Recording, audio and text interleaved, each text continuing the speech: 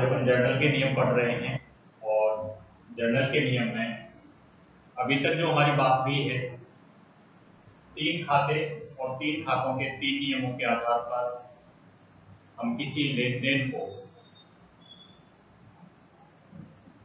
Journal entry में लिखते हैं। प्रारंभिक पुस्तकों में लिखा जाता है। कोई भी लेन देन में जब एक खाता डेबिट होता है तो दूसरा खाता क्रेडिट। खाता डेबिट कौन सा होगा, उसके लिए तीन नियम दे रखे हैं। उनके आधार पर ही हम खातों को डेबिट अथवा क्रेडिट करते हैं। व्यक्तिगत खाता, वास्तविक खाता और अवास्तविक खाते के आधार पर हम तीन खातों को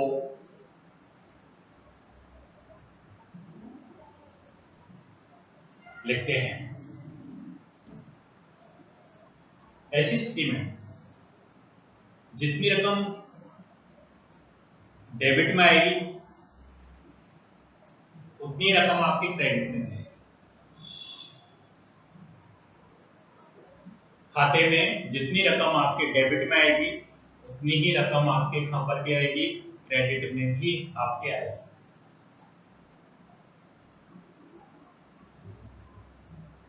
कल अपन ने बैंक संबंधी लेन देनों की बात की। चेक प्राप्त होना, प्राप्त चेक को उसी दिन बैंक में जमा करा देना, चेक से भुगतान करने की बात की जाती है। इसके अलावा चेक अनादृत होने की बात हमने की थी।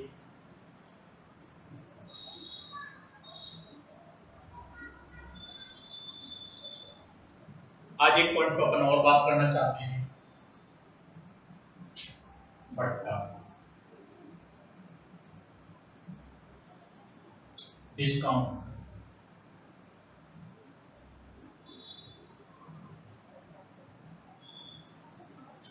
बट्टा कटौती।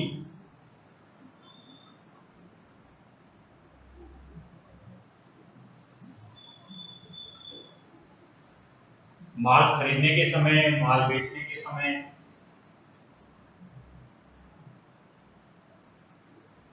जो छूट दी जाती है, जो कटौती या बट्टा कुछ भी हम कहें उसको,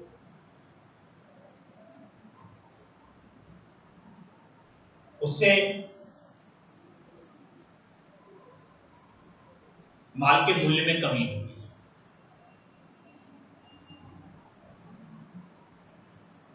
ये जो कटौती है दो प्रकार की। बट्टा कितने प्रकार का? दो प्रकार। नंबर एक, व्यापारिक बट्टा।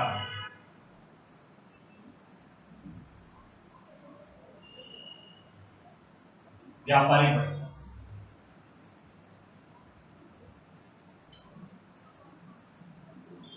उधार माल खरीदते समय, उधार माल बेचते समय,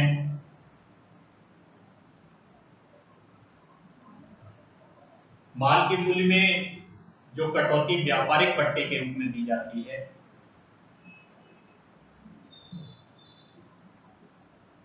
उसे घटाकर दिखाया जाता है। माल खरीदने के समय, माल बेचने के समय यदि कोई व्यापारिक बट्टा दिया जा रहा है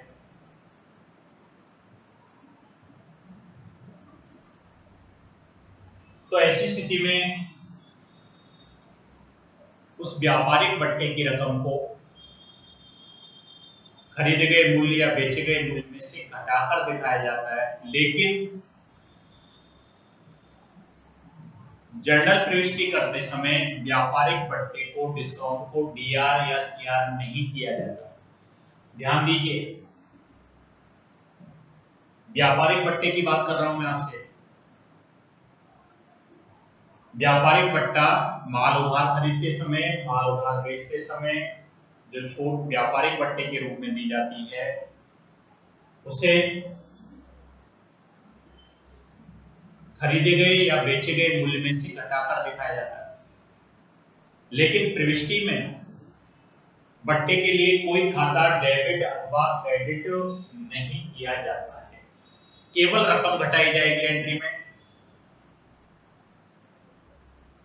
डिस्काउंट को हम कहीं भी डेबिट या क्रेडिट नहीं करते। तो हम यहाँ पर जो बात कर रहे हैं, लिख भी रहा हूं उसको, उधार माल खरीदते समय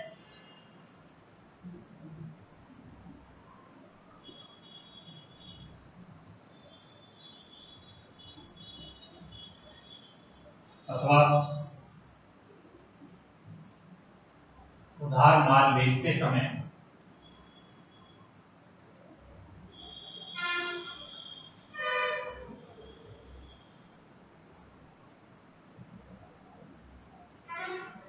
व्यापारिक बट्टा दिया जाता है।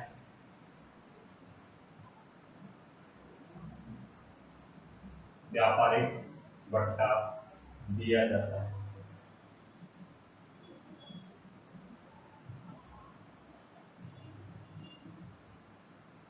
उधार माल खरीदते समय या उधार माल बेचते समय व्यापारिक बट्टा या छूट आपकी दी जाती है।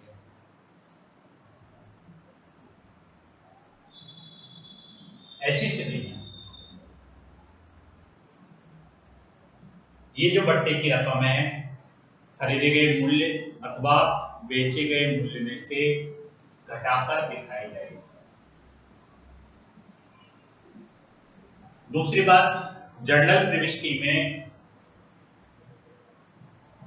बट्टे के लिए कोई खाता डेबिट अथवा क्रेडिट नहीं किया जाएगा। जैसे उदाहरण, राजेश से 4,000 रुपए का माल, राजेश से 4,000 रुपए का माल 10% व्यापारिक बट्टे पर खरीदा। राजेश से 4,000 रुपए का माल 10% व्यापारिक बट्टे पर खरीदा।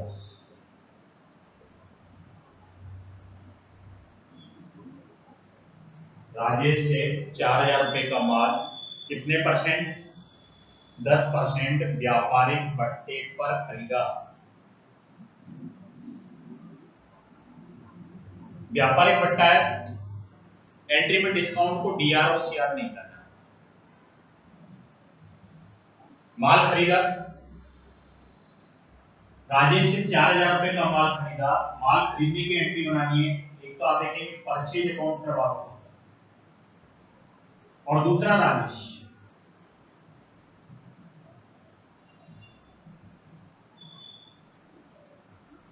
राजेश से 4,000 का माल खरीदा। कितना परसेंट व्यापारिक बट्टा है? 10%। तो 4,000 का 10% 400। इसका मतलब राजेश से हम 3,600 रुपए का माल खरीदा, उसकी एंट्री आपको बनानी है। केवल रकम घटा दो, 4,000 का 10% 400। इसका मतलब राजेश से कितने रुपए का माल खरीदा गया है? 3,600 रुपए का माल खरीदा गया है। तो राजेश से 3,600 रुपए का माल खरीदने की एंट्री आपको बनानी है। अब देखिए, दो खाते प्रबंध, परचेज और दूसरा राजेश। परचेज माल से संबंधित खाता है और वास्तविक खाते की श्रेणी में। कौन से खाते की श्रेणी में आता है? वास्तविक खाता। राजेश व्यक्तिगत खाता है,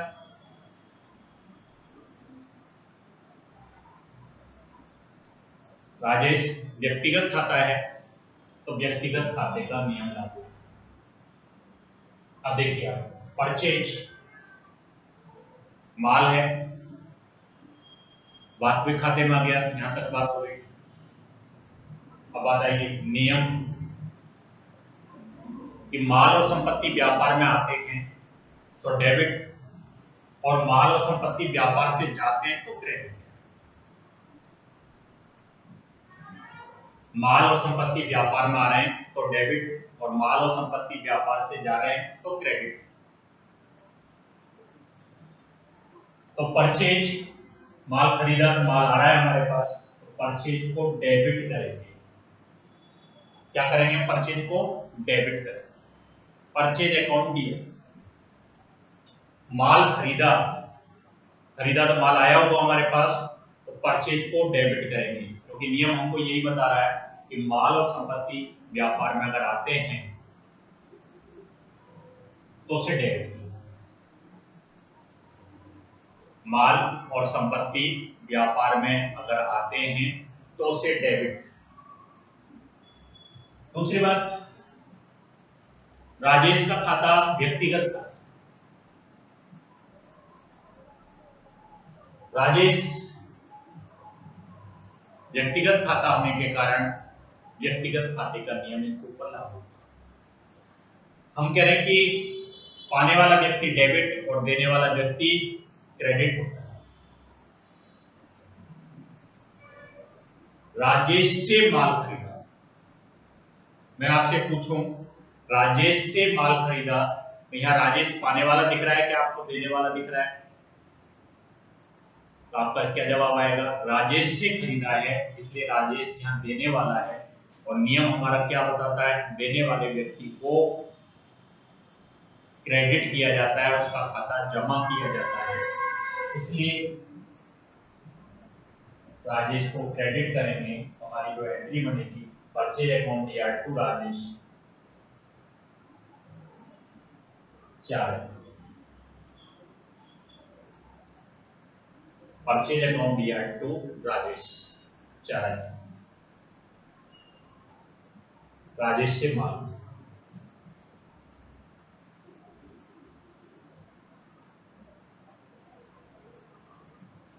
लेकिन यहां पर हम 4000 से एंट्री नहीं बनी, क्योंकि राजेश से जो 4000 का माल खरीदा है, 10% डिस्काउंट काटने के बाद 400 रुपए जब कम हो गए, तो ये जो एंट्री हम बनाएंगे वो 4000 से ना बना करके कितने रुपए से बनाएंगे आप? 3600 रुपए से ये एंट्री बनाएंगे। अगर आपने 4000 लिख दिए तो वो गलत होगा, 3600 रुपए से ये एंट्री आपकी बनेगी। राजेश से 4000 का माल खरीदा और 10% आपके व्यापारिक पट्टे पर खरीदा है, इसका मतलब राजेश से 3600 रुपए का माल खरीदने की एंट्री आपको बनानी है। पट्टे की रकम को घटा दो, तो केवल राजेश से माल खरीदा 3600 का, उसकी एंट्री बनानी है। और मैं एक उदाहरण ले रहा हूं,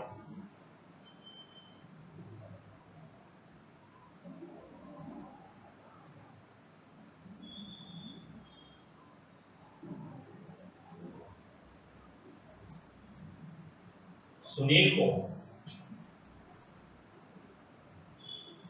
को 10,000 रुपए का माल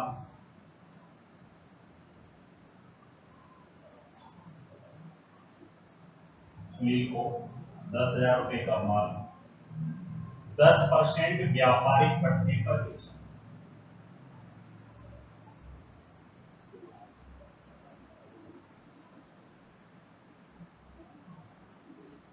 सुनील को 10,000 रुपए का माल 10% व्यापारिक पट्टे पर बेचा। सुनील को माल बेचा, व्यापारिक पट्टे की बात कर रहे हैं, व्यापारिक छूट की बात कर रहे हैं। व्यापारिक पट्टे को केवल घटा के दिखाया जाएगा, इसका मतलब सुनील को 10,000 का जो माल बेचा है उस पर 10% व्यापारिक छूट, तो 10,000 का 10%, 1,000 रुपए डिस्काउंट काट के 9,000, सुनील को 9,000 का माल बेचा, तो सुनील को 9,000 रुपए का माल बेचा है। तो ऐसी स्थिति में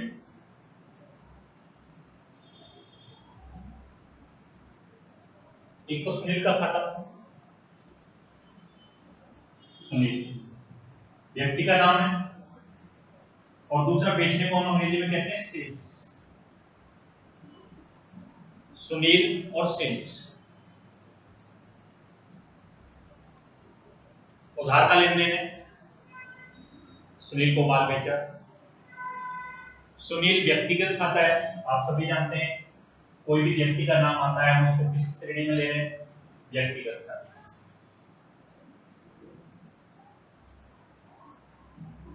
व्यक्तिगत बेचने को अंग्रेजी में सेल्स। वास्तविक खाता है, वास्तविक खाता। अब देखिए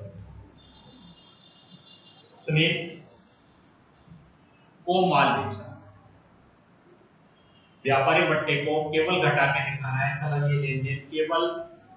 आप भूल जाइए कि सुनील को 10,000 के स्थान पर 9,000 का माल बेचा गया है, तो सुनील पाने वाला है यहाँ पर,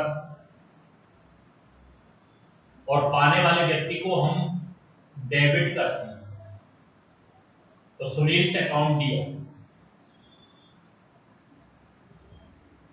सुनील को माल बेचा, सुनील पाने वाला है और पाने वाले व्यक्ति को क्या किया जाता है, डेबिट किया जाता है, तो सुनील अकाउंट दिया। और माल बेचा, माल जा रहा है हमारे पास से। माल और संपत्ति व्यापार से अगर जाते हैं तो उनको क्रेडिट किया जाता है, तो हमारी एंट्री बनेगी सुनील से अकाउंट दिया टू सेल्स अकाउंट। कितने रुपए से बनेगी, सुनील डीआर के सामने भी मैं 9,000 लिखूंगा और टू सेल्स के सामने भी 9,000। सुनील के खाते को हम डेबिट करेंगे और सेल्स को क्या करेंगे, क्रेडिट करेंगे, तो सुनील से account DR to sales account. कितने रुपए से एंट्री बनेगी, 9,000 रुपए से एंट्री आपकी बनेगी। तो केवल बट्टे का मतलब छूट, मूल्य में कमी। मैं कहूं कि मैंने रमेश से 5,000 का माल 10% व्यापारिक बट्टे पर खरीदा है, इसका मतलब 5,000 का माल नहीं खरीदा मैंने राजेश से या रमेश से। मैंने रमेश से 5,000 का माल अगर 10% व्यापारिक बट्टे पर खरीदा है, इसका मतलब 500 रुपए छूट मिले है। रमेश से 4500 रुपए का ही माल खरीदा है, रमेश से 4500 रुपए का माल खरीदने की एंट्री आपको बनानी है। माल खरीदा तो माल आ रहा है हमारे पास, तो परचेज को डेबिट करेंगे। रमेश देने वाला है, क्या देने वाले व्यक्ति को क्या किया जाता है, क्रेडिट किया जाता है। तो माल और संपत्ति आ रहे हैं, तो माल आ रहा है खरीदने से, परचेज अकाउंट दिया। रमेश का खाता क्रेडिट हो रहा है, देने वाला व्यक्ति है वो, तो एंट्री परचेज अकाउंट दिया टू रमेश।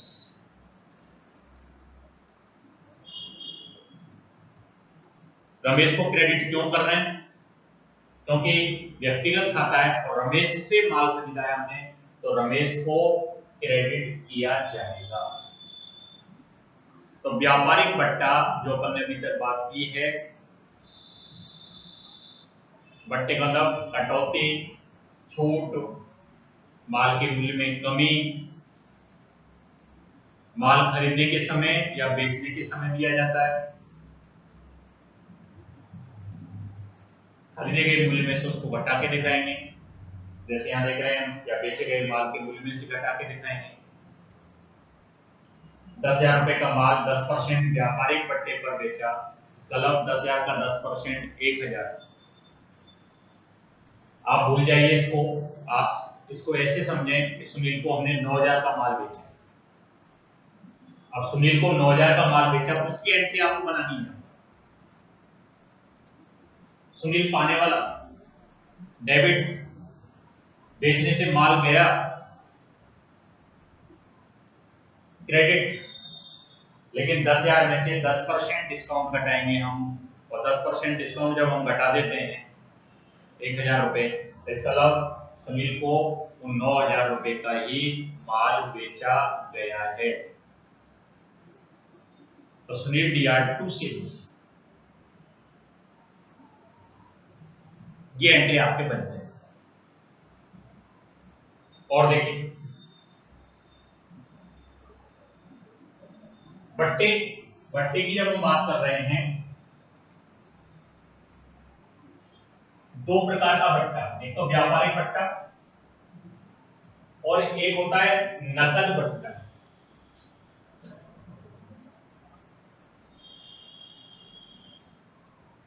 नकद भट्टा, कैश डिस्काउंट।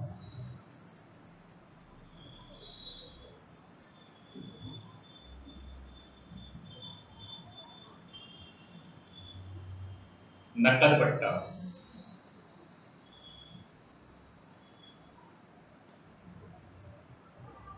जब भी कोई नकद का लेन देन होता है, किसी व्यक्ति से हमको रुपए प्राप्त हो रहे हैं,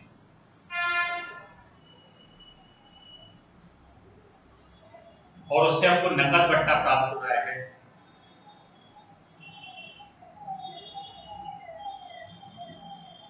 किसी व्यक्ति से हमको रुपए मिले, सुरेश से 10,000 रुपए प्राप्त करने थे, लेकिन हमको 9,800 रुपए ही प्राप्त हुए, 200 रुपए का भट्टा दिया गया, नकद छूट दी गई।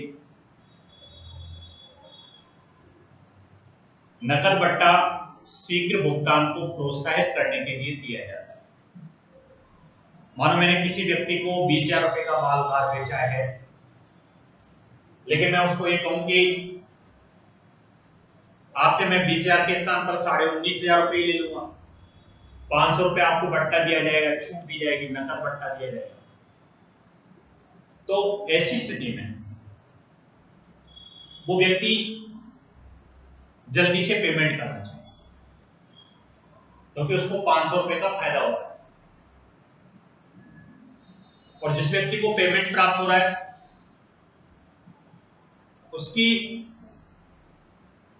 राशि डूबने की संभावना खत्म हो जाती है, वो उसको कैश में पेमेंट मिल जाए।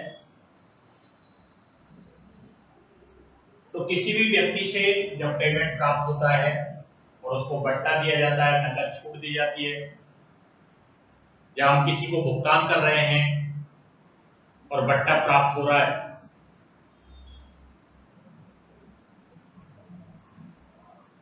तो ये इस प्रकार का जो भट्टा है, नकद भट्टा, वो हानि भी हो सकता है और लाभ भी हो सकता है। कहने का मतलब, जब जनरल प्रविष्टि बनेगी तो डिस्काउंट को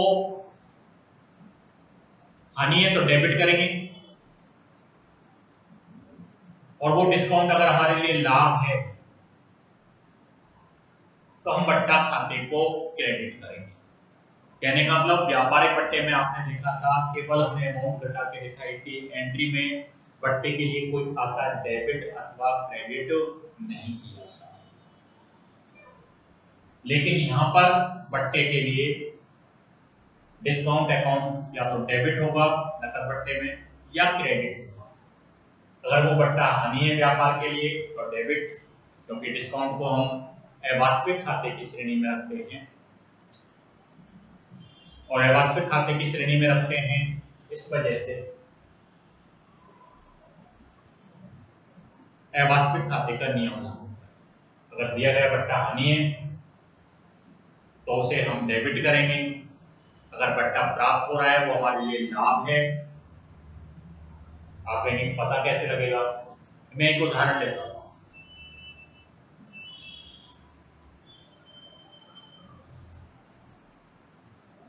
सीताराम से, इससे सीताराम से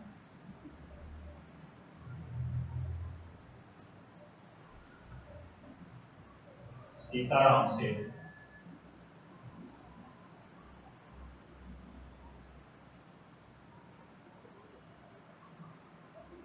6,800 रुपए प्राप्त हुए,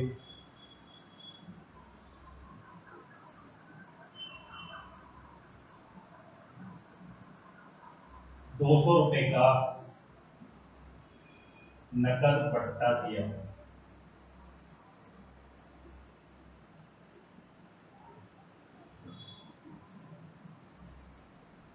सीताराम से कितने रुपए प्राप्त हो रहे हैं? 6,800 रुपए प्राप्त हुए, 200 रुपए का भट्टा दिया गया।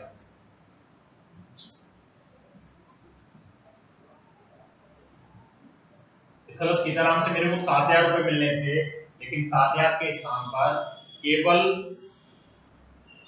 6,800 रुपए मिले। 200 रुपए की छूट दी है, 200 रुपए का बट्टा दिया है। सीताराम से अगर मेरे को 7,000 मिलने थे, 6,800 मिले, तो ये 200 रुपए का बट्टा, 200 रुपए मेरे को कम मिल रहे हैं। फायदा हुआ नुकसान? तो आप कहेंगे हानि।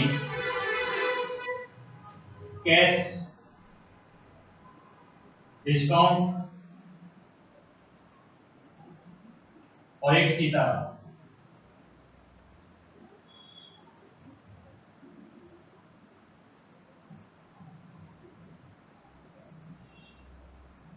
तीन खाते हो गए, कैश, डिस्काउंट और सीताराम। सीताराम से 6,800 रुपए प्राप्त हुए,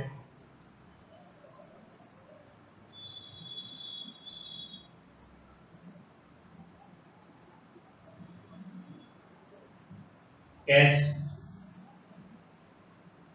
संपत्ति है, इस खाते के अंतर्गत आएगा। वास्तविक, वास्तविक डिस्काउंट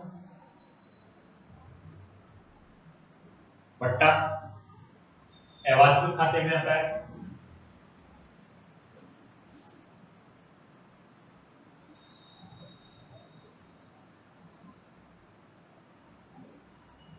सीताराम व्यक्ति का नाम है, किस खाते की श्रेणी में आएगा?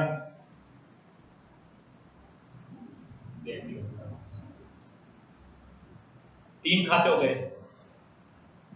कैश, डिस्काउंट और सीताराम। सीताराम से रुपए प्राप्त हुए।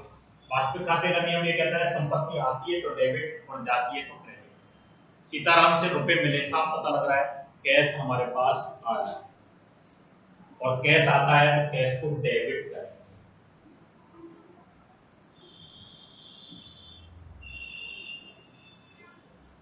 कैश डेबिट होगा तो डिस्काउंट भी हमेशा डेबिट होगा। केवल कैश और डिस्काउंट साथ चलते हैं। वैसे भी हम देख रहे हैं सीताराम से 7,000 की जगह 6,800 रुपए मेरे को प्राप्त हो रहे हैं। 200 रुपए का ये बट्टा व्यापार के लिए हानि है, और हानि और खर्चों को क्या किया जाता है? डेबिट किया जाता है क्या? इसलिए बट्टा खाते को डेबिट करेंगे।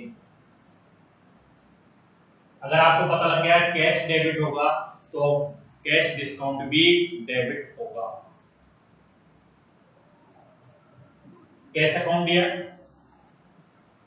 डिस्काउंट अकाउंट दिया।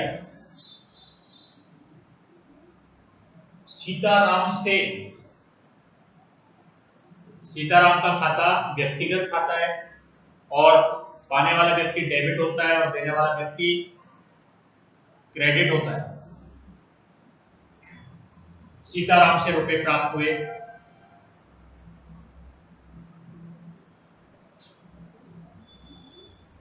तो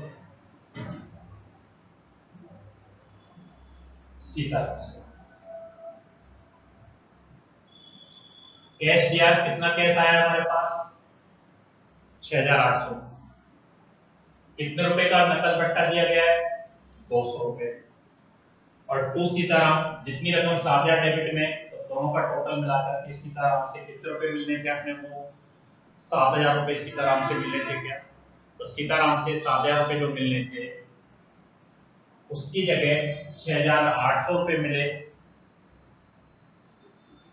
तो जितना कैश आया वो कैश दिया,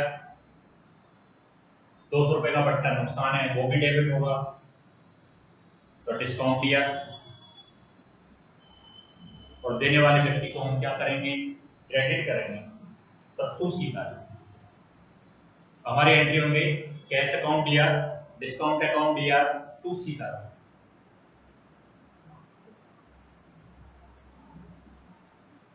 और देखिए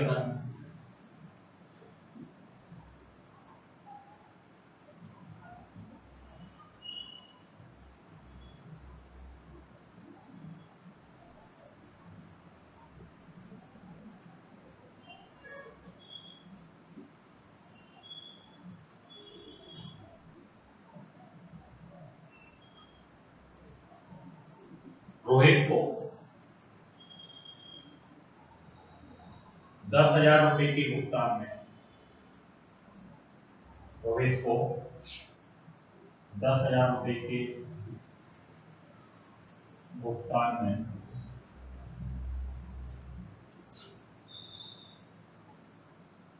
9,500 रुपए चुकाए।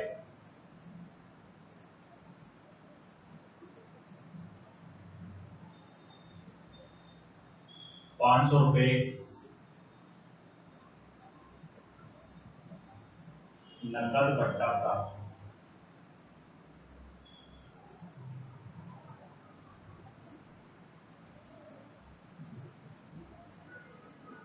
देखिए मोहित को भुगतान करना था कितने रुपए का? 10,000 का। और मोहित को 10,000 के भुगतान में हम दे कितने रहे हैं? केवल 9,500 का ही पेमेंट करना है। पेमेंट करना था 10,000, लेकिन मोहित को दिए कितने भुगतान में? केवल 9,500। 500 रुपए की छूट प्राप्त हुई है, 500 रुपए का नकद भत्ता प्राप्त हुआ है। ऐसी स्थिति में ये भत्ता हमारे लिए, किसी व्यक्ति को मेरे को 10,000 चुकाने थे, अगर मेरे को 9,500 ही चुकाने पड़े तो 500 रुपए का ये भत्ता फायदा है, लाभ है। और भत्ता अगर लाभ है, लाभ को क्रेडिट किया है। लाभ हो रहा है, डिस्काउंट को मैं बार बार मैं कह रहा हूं, अवास्तविक खाते की श्रेणी में आता है। अगर भत्ता हानि है तो डेबिट, और भत्ता अगर लाभ है, नकद भत्ता, तो क्रेडिट। अगर आपको भट्टे का भी पता नहीं लगे 1 मिनट के लिए, तो आपको ये पता तो लग जाएगा ना कैश आया कि कैश गया। अगर कैश डेबिट हो रहा है तो डिस्काउंट भी डेबिट होगा, क्योंकि कैश और डिस्काउंट एक साथ डेबिट होते हैं। अगर कैश क्रेडिट हो रहा है तो डिस्काउंट भी क्रेडिट होगा। कभी ऐसे नहीं दिखाई देगा कि कैश डेबिट हो रहा है और डिस्काउंट क्रेडिट हो रहा है, दोनों साथ चलेंगे। या तो दोनों ही डेबिट होंगे या दोनों ही क्रेडिट होंगे। अब देखिए यहां पर रोहित को, एक तो रोहित के खाते की बात कर रहा हूं, एक कैश की बात कर रहा हूं, और एक डिस्काउंट की बात कर रहा हूं।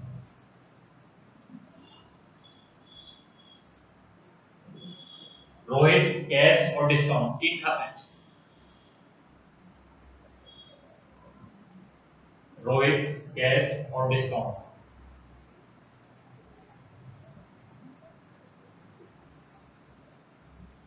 आपसे पूछा जाए रोहित किस खाते की श्रेणी में आएगा, आप कहेंगे रोहित किसी व्यक्ति का नाम है, और व्यक्तियों के नाम किस खाते की श्रेणी में आते हैं? व्यक्तिगत खाते की श्रेणी में आते हैं। इसलिए व्यक्तिगत खाता। कैश संपत्ति है, वास्तविक खाता।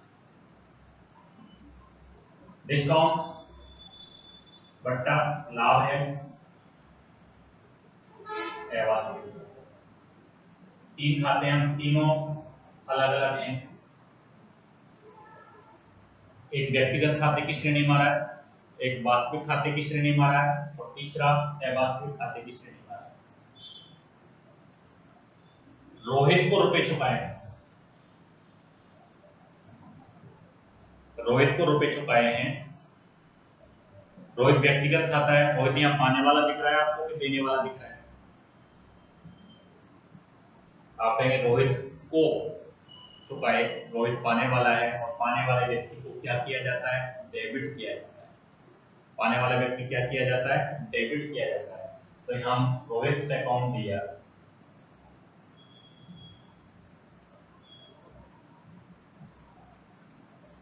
अब देखिए कैश वास्तविक खाता है, नियम क्या कह रहा है वास्तविक खाते का? संपत्ति आ रही है तो डेबिट, और संपत्ति जा रही है तो क्रेडिट। यहां संपत्ति जा रही है तो 2 कैश,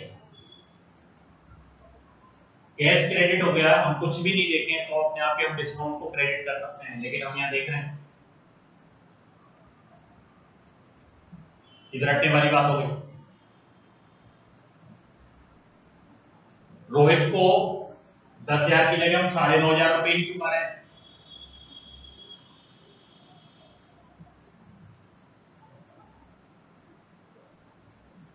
तो 10,000 की जगह 9,500 रुपए ही चुका रहे हैं, 500 रुपए कम भुगतान कर रहे हैं, 500 रुपए का फायदा है।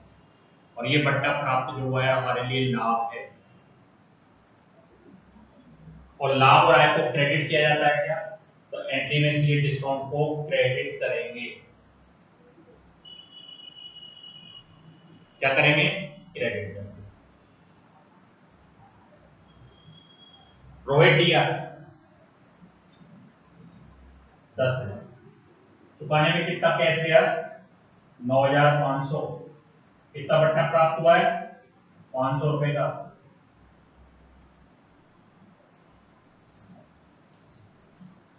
रोहित दिया 10,000, चुकाने में कितने गए, 9,500 कैश गया।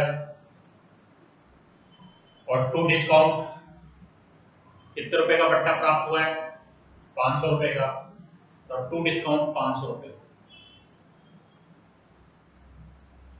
रोहित दिया 2 कैश और 2 डिस्काउंट।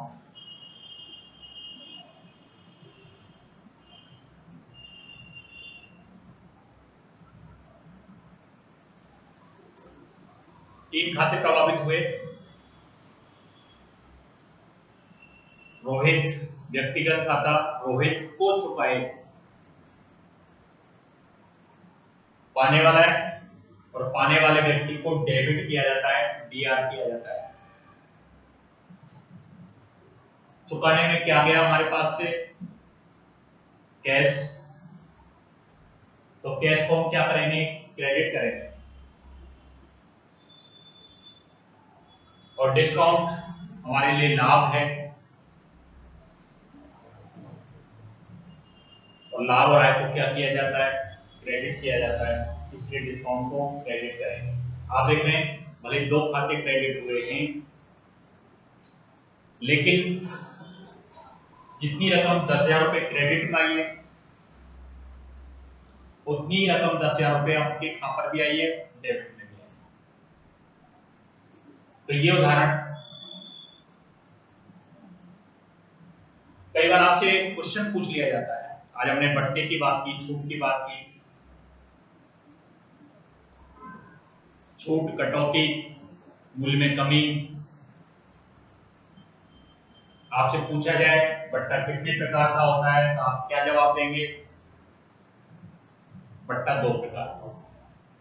उनके नाम बताइए, तो आप कहेंगे नंबर 1 व्यापारिक बट्टा, और दूसरा नकद बट्टा। व्यापारिक बट्टा माल उधार खरीदते समय या माल बेचते समय उधार व्यापारिक बट्टा दिया जाता है, माल के मूल्य में कमी की जाती है। व्यापारिक बट्टा माल के मूल्य में कमी की जाती है। 10,000 का माल मैंने 20% व्यापारिक बट्टे पर खरीदा है, अगर संदीप से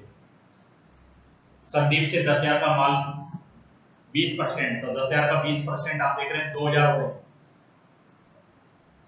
इसका तात्पर्य संदीप से हमने 8,000 रुपए का ही माल खरीदा है।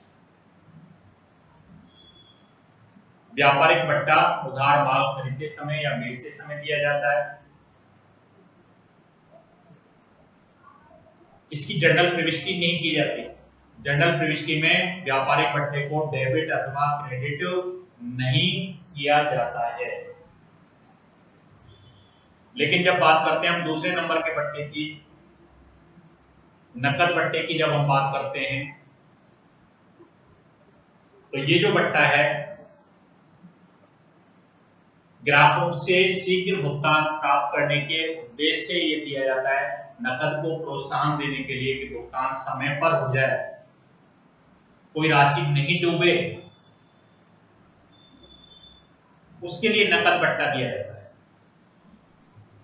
नकद बट्टे के लिए डिस्काउंट को डेबिट अथवा क्रेडिट किया जाए। जब हम बट्टे की बात करेंगे, नकद बट्टे की, व्यापारिक बट्टे की जनरल प्रविष्टि आपकी नहीं की जाती, कोई खाता डेबिट अथवा क्रेडिट नहीं किया जाता, लेकिन नकद बट्टे के लिए डिस्काउंट को डीआर या सीआर आपके किया जाएगा जनरल प्रविष्टि में। मैंने जो पहले भी कहा कि अगर वो बट्टा व्यापार के लिए हानि है तो उसे डेबिट, अगर वो बट्टा व्यापार के लिए लाभ है तो उसे क्रेडिट किया। तो आपसे कभी भी पूछा जाए कि बट्टे कितने प्रकार के, तो आप जवाब देंगे बट्टा दो प्रकार के, व्यापारिक बट्टा और दूसरा नकद बट्टा। व्यापारिक बट्टा हानि है और नकद बट्टा लाभ है।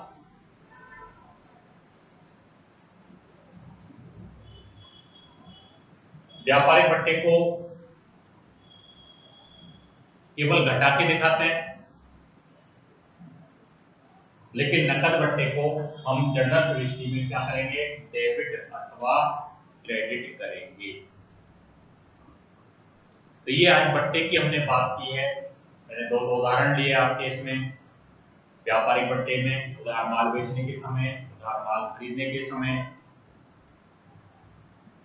दो उदाहरणों से मैंने ये भी समझाया नकद बट्टे के लिए कि उसमें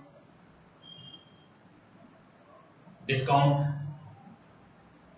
और कैश, या तो दोनों ही खाते डेबिट होंगे या दोनों ही खाते आपके क्या किए जाएंगे, क्रेडिट किए। हानि है नकद बट्टा तो डेबिट, और अगर वो बट्टा लाभ है तो क्रेडिट। इस तरह अपना ये जो आज का टॉपिक है इसकी और प्रैक्टिस करेंगे अपन। आज का मेरा ये व्याख्यान आपके लिए समाप्त होता है। आपको कोई समस्या है तो आप पूछ सकते हैं। धन्यवाद।